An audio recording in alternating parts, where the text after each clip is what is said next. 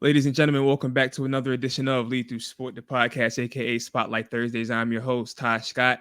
And today we have Bethel alum, UVA alum, former track star from both places, Miss Leslie Satchell. How you doing today? I'm good, Tosh.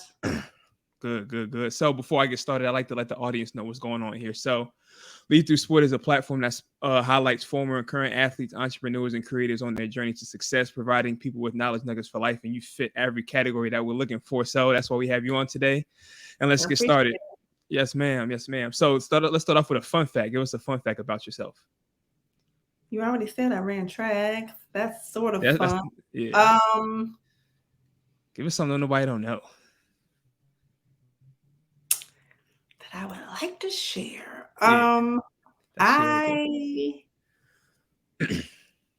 What's fun? Okay, hold on. I should have been prepared for this. Okay, what's fun? Yeah. I have an aspiration to run the 4x1 and the Masters at Penn Relays. So, big track junkie, ran track most of my life, and I am watching because I'm waiting till I turn like 60 so that I can run the 4x1 and the Masters at Penn Relays. So I don't know if you've ever seen it before, but they have some pretty fast people, 60 and above, that come back and run Penn Relays, right? So haven't started training just yet. I'm a little shy of that age, but when I get there, hopefully you'll see me run again at some point. Hey, I love to see that. I missed your prime, so I like to see that. Yeah. Cool. So let's get into it. So you are an NFL senior consultant, and you've been that since 2016. So kind of, go through your job duties and responsibilities on a day-to-day basis. Well, there really is not a typical day-to-day. You're consulting, so different from when I worked for an organization, which I started my sports career at the NFL. I was an intern. Then I left there and went to the NFL Players Association for several years. So working within the organization brings a little more structure, I think, in terms of day-to-day. Had some responsibilities. Obviously, I was in charge of, but now that I'm consulting, right, I purposely went into consulting because I didn't want to be boxed into one area of expertise.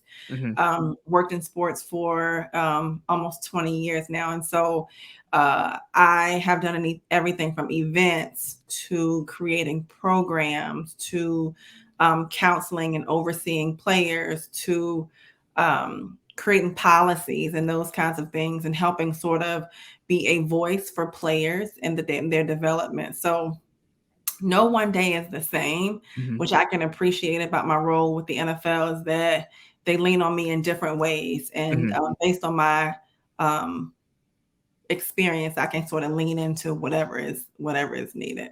So you've created those policies while you've been in a consultant or during the NFLPA days?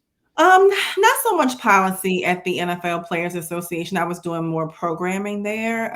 So helping. I did programs for spouses and significant others, and rookie programming, and players who were transitioning out of sport, helping them figure out what they wanted to do in their second career. So not so much policy there, but now at this space, because again, I've done so much in the area and have been around for a long time, I'm becoming an old head, for lack of a better word. I can help give voice to certain things when policies and that kind of thing come up, particularly around tuition reimbursement and making sure that players have the education they need going forward for their second careers. Got you. So you've done a lot, and in order to be able to do what you do now, you have to start somewhere. And you started as an intern in 2003, 2004. For the NFL player development. So how did you get that internship? And tell me what that experience was like. I was an old intern. When I left UVA, how old were you, if you don't mind sharing? We ain't gonna talk about that. Okay. My bad. Over that part. I got you. But what I will say is that I had the opportunity to do some other things outside of sport before I got back to really what my passion was. When I left the UVA, I was there for 4 years. I tore my ACL redshirted a year, was able to stay on a 5th year and get my master's. And I actually thought I would go to law school, really. And that never really came to fruition. I saw how much it cost, and had the scholarship. I was like, how much does school cost? Like, I'm not really trying to pay that right now. And so I really wanted to make money. And back in the day, when I was coming through the process, there weren't a lot of paid internships back in the day. Now it's sort of common to get paid to do an internship, but it wasn't paid. And at the time, I just wasn't willing to make the sacrifice. So I worked for Heck Company, which is now Macy's. I taught school. I worked for Sprint. I did a lot of like different things. And I really felt a tug to get back in sports. And the best way to do it really is to intern. So the internship I applied for at the NFL, I actually applied for it 2 times, didn't get it. My line sister worked there, and she kept trying to give me some advice and steer me in the right direction, right? So it's good to know somebody for sure. But there was only so much she could do. And eventually I was able to get in. And that really catapulted me to the rest of my career. I was able to make some really strong relationships, get to know several people, and then I applied for a job at the NFLPA. So I left the NFL to go to the NFLPA. I was there for a pretty long time. So now, full circle, I'm back at the NFL, but not as an intern, as a consultant. Got you. So can you tell us the difference between like working for the NFL and the NFLPA? Like where that? So the NFL represents the game of football, right? So their brand represents the coaches and the players and the products, the game. They're protecting the game, all the entities associated with it. The Players Association is the union for the players, right? Gotcha. And so they really are responsible for wages, hours, working conditions, benefits, and those kinds of things as it relates to players. So there's a difference in terms of focus, I think, if you put it that way. So there's some crossover for me working in player development. Both departments really, it's now called player engagement, but it was player development back in the day. There's some synergy around just wanting to help players. So there's not a lot of people who leave the NFLPA and go back and forth between the two, but I was able to do that because I worked in a department that was pretty benign in terms of it wasn't adversarial. It was like we all want to help players be their best on and off the field. And so we focused on that sort of together in some respects. Got you. And you mentioned when you got your internship, you were a little bit older. When you got in there, did you feel kind of like discouraged, or did you feel like you were, behind because your age? Or I think timing is everything. It wasn't my time before.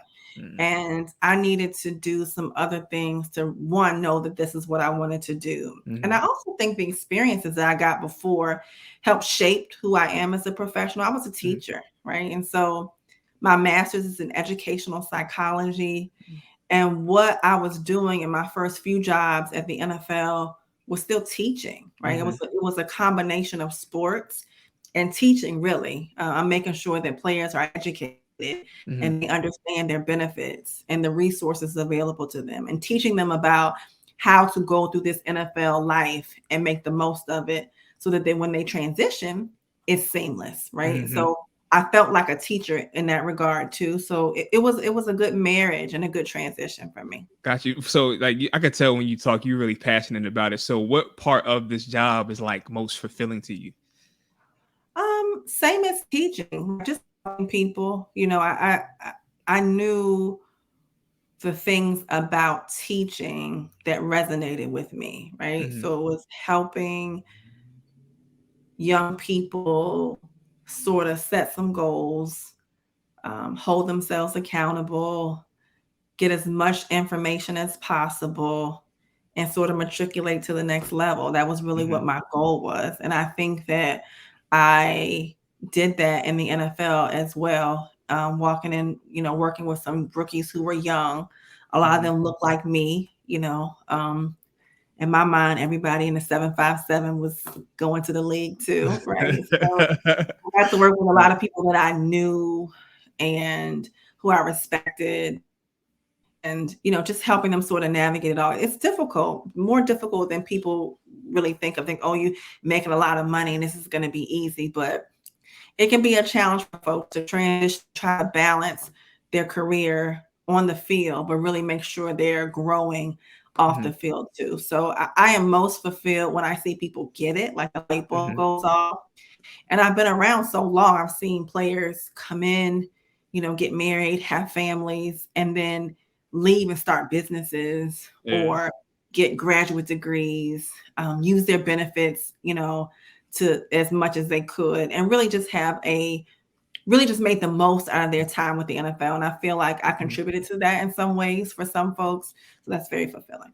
You definitely contributed a lot to that. And would you say that you've seen more people succeed that you've worked with than not, or what's the rate on that, if you can tell? You know, there's some people in the league who are not going to need help, right? So there are the top tier, high round draft picks who make enough money that sometimes they can kind of get insulated from reality. That's not everybody, but there's some people. So I wasn't working with, you know, think of the highest paid player in the league. I really wasn't working with him. Middle tier and down mostly, you know, who they really weren't sure what else they would do if they didn't have football. Like, I don't know. I'm like, do you want to be a teacher? Do you want to be broadcasting? Think about coaching, like just trying to help them discover their passion. And to me, that's a win, right? So sometimes when they would participate in my programs, it was to figure out what they didn't want to do, right? Everybody didn't have a light bulb moment like, yeah, that's it. They may be like, I thought I wanted to do that, but I don't. But that's a good experience, right? So when they leave the NFL, they have some knowledge about what works for them and what doesn't work for them. So I think anybody who invests the time and exploration is going to be better because of it. So definitely, in my mind, you know, the people that I work with at least invested some time in themselves during the off season. I think that was an investment that was well spent. Got you. Sounds good. And to finish off your timeline, we talked about your internship. You were the NFLPA manager of player development from 2004 to 2012, and you were also the NFLPA senior manager of player of affairs from 2012 to 2016. Just wanted to finish that off. And when you were in the NFLPA, you created the Externship, which started in 2014. Can you tell us a little bit about that and what that entails?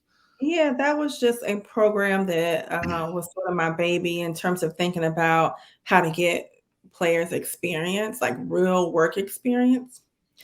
Some players that really don't have a lot of information or perspective on what certain roles required. And, you know, I went to UVA as a student athlete too. You just focus a lot on practice in the weight room and, you know, trying to squeeze school in, you know, when you know, as you needed to, and studying and study hall. It was just a lot. And I think we missed the opportunity to do some things that our peers do, like internships or just like floating around campus and seeing different things. We didn't have a lot of time, like free time. And that was my experience. So we would have players who think they want to do something, but they've never seen it. It's not like their parents were in that role. They don't know anybody who works in the role. So the externship was really to give people like a really like intimate glimpse into what work was. Like, and it was funny. I had a player once who was on Capitol Hill, and he was like, I had to put on real shoes every day. Carry this work bag into work. And he was like, I'm not trying to do this. I'm like, well, if you work on the Hill, that is what it's going to look like, right? So I think, you know, he was able to get some real perspectives and reflect on what he wanted and what he thought he wanted to make some decisions about how he wanted to move forward. And that was really the goal, is to expose players to different areas of work that they were interested in so they could learn more about it. Yeah. It's crazy the amount of athletes who like don't understand what the real world entails. Because I work with college athletes, and even the college ones, they just have no clue. And it's like, yo, you gotta like you gotta realize what's getting ready to happen, because you can get left back very quickly. And I used to tell players all the time, like, the worst thing that could happen is that you finish sport and you retire, or stop playing at some point, and you have to do something that you don't like. Like, there's nothing that's going to replace like warming up at Penn relays and seeing all the energy, or running out of the tunnel on Sunday, 1 o'clock game on Sunday in LA. There's nothing that's going to replace that. But it's going to suck if you start working somewhere that you absolutely hate, have to put on these clothes and smile at these people you don't like. And it really is a large drop from where you started. And so I encourage student athletes to figure out what their passion is. It may not compare to what it's like to participate in sport, but you can find some things that inspire you, that motivate you, that feel good to your spirit. Because I think you want to try to continue that at minimum, so that you don't, get into like a depressed state where you are so lost without sport that you can't thrive. Definitely. I definitely agree with that. Yeah. So we're going to move on to a game that I call W2s. I'm going to ask you a series of questions, and you got to choose between which, and you got to explain your reason why. Okay. So let's get started. Outside of the externship, what's been the most impactful program or assignment that you've been a part of, in your opinion? Okay, so I think this is good for the timeline piece, because I left the NFLPA in 2016 and started a consulting company called Satchell and Associates, where I was consulting as a senior advisor for the NFL and player engagement and football operations. That still exists and has been doing some really good work behind the scenes for the league, and I appreciate that. But I also wanted to contribute to the space of diversity and inclusion in football. And so I birthed a company called Stretch, and that has been really rewarding to see grow quickly. It's been thriving pretty quickly. Sought out a partner who's brilliant. She's a professor at Temple University, and we have been coaching and advising front office candidates and coaches of color in every sport, but primarily in football. Right? Preparing them for interviews and helping them have some awareness about how they deliver information, so that they can convince people that they are the right person for the job. And so I've seen a lot of hires in the last 12 months that have come through our program and worked with us, which is pretty rewarding. That's incredible. And I got to stop the game for a second, since we're talking about it. Okay. So you work in NFL, you have 2 businesses. What was the process like getting both started? Because I'm pretty sure you started this years ago, and I'm pretty sure your duties years ago were high within the NFL and NFLPA. So how did you get be able to start this and keep it running while working for the NFL? I think knowing your worth is very important. And I think sometimes we undersell ourselves, or don't give ourselves enough credit. When I left the NFLPA in 2016, it wasn't a good situation, and I really wasn't sure what to do. I thought maybe I would go work at the league or work at a university or something, but I'm very confident in what I've been able to accomplish at the NFL, and I think I do good work. And I think that I have a lot to offer in terms of trying to help players and help folks of color in the space. And so I leaned into that and created my company around what my own skill set and experience was. I think sometimes people try to create a business because they see a need. That wasn't really the way I created my business. I built my businesses on what my own skill set was, right? And I know it's needed, but I know what I can do as well. And I know the value of that. And so the first business kind of came, with that in mind, doing well, but wanted to sort of grow a little bit and go in a different direction. So Satchell & Associates is more student athlete and professional athlete services and support. And Stretch has to do more with executives and coaches. So more on the administration side, not necessarily for the athlete. So that's the distinction between the 2 businesses. Got you. And which one came first, Satchell & Associates or Stretch? Satchell & Associates was first. Yeah, that was first. And it was just me, primarily it was just me initially. And I had some contractors I work with, and some part-time, some temporary help, but really I was the business. Yeah. I was the business there. This That's stretch is a little different, where got some folks behind me and alongside me, working with me. Again, I mentioned my partner, and it's been good. That's tough. I'm proud of you. I appreciate that. Definitely proud, 'cause that's a lot of work that you putting in, and it's benefiting a lot of people. So keep going with that. Back to the game.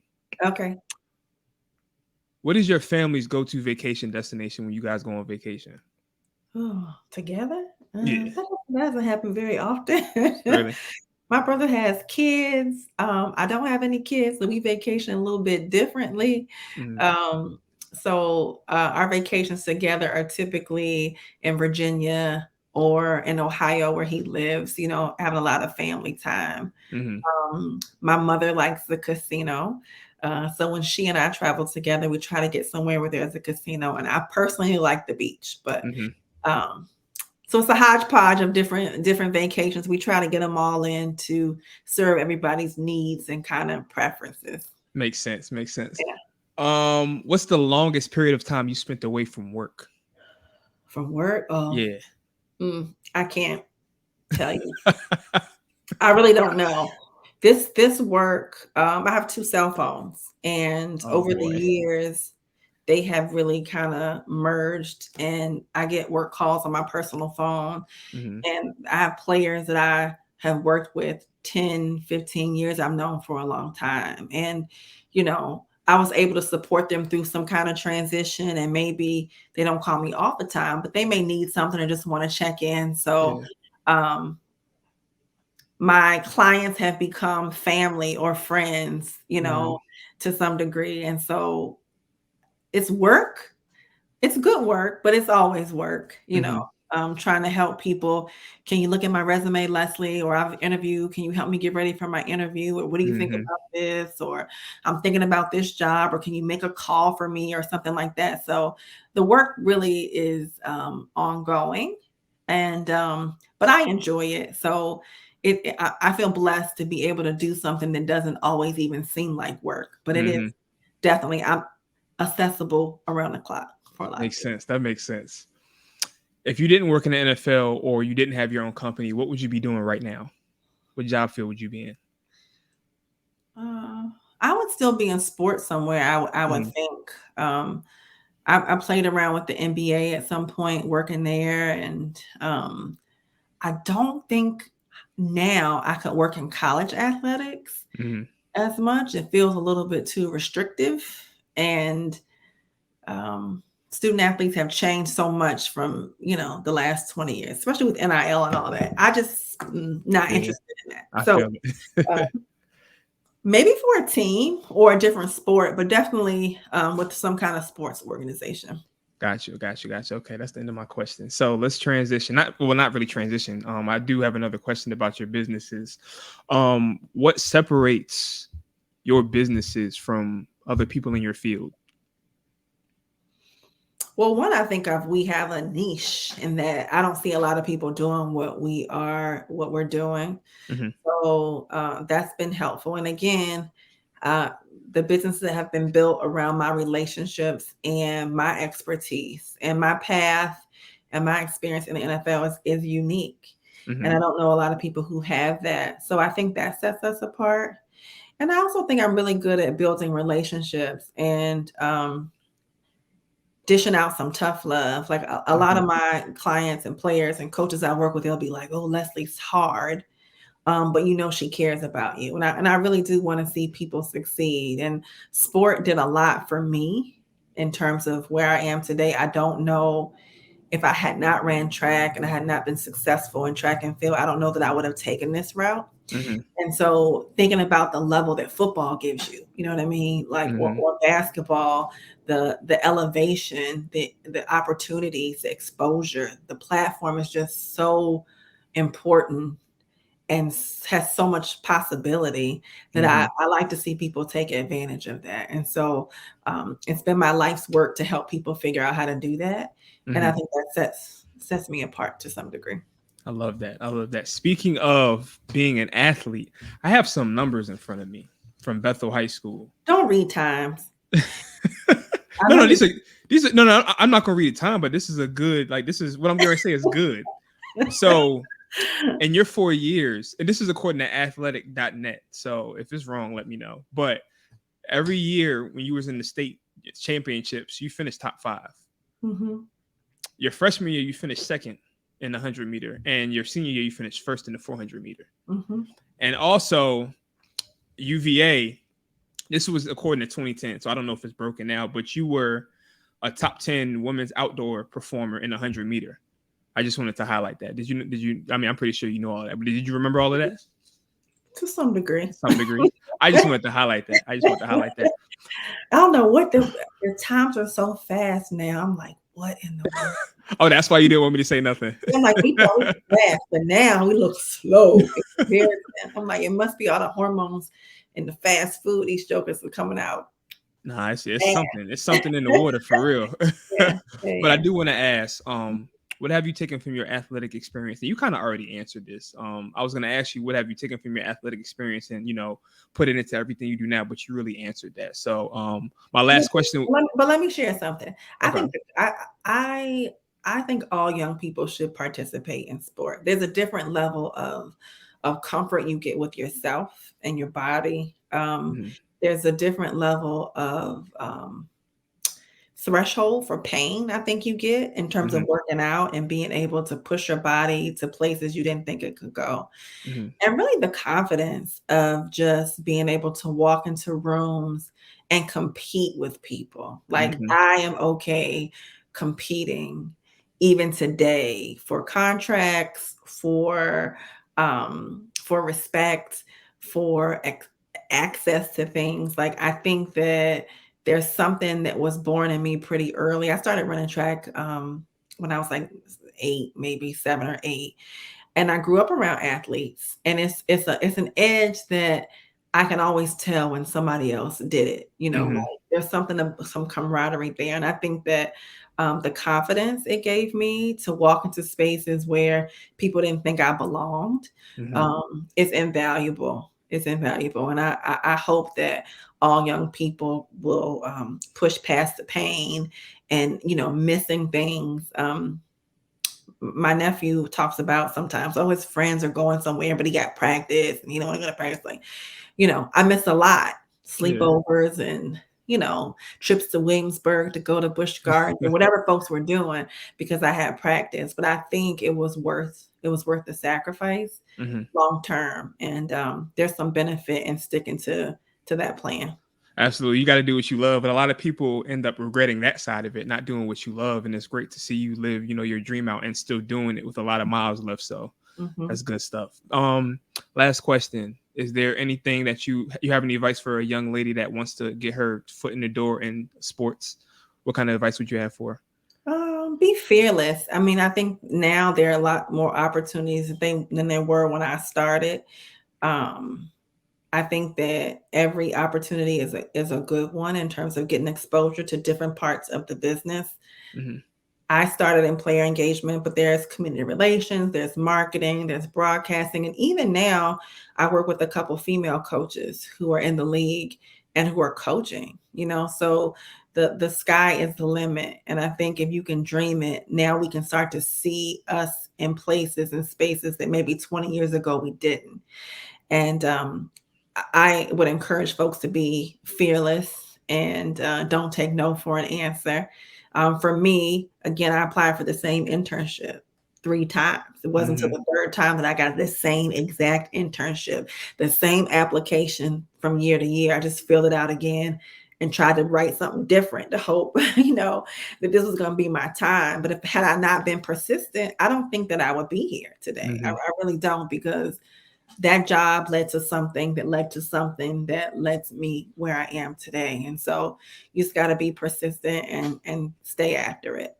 Absolutely. Well, I definitely appreciate you taking the time to do this interview with me. Do you want to leave? Like, if anybody wants to try to be a part of your businesses, where can we find them at? I I can always be reached on LinkedIn. That's probably the easiest place to get me. Leslie Satchell is my name.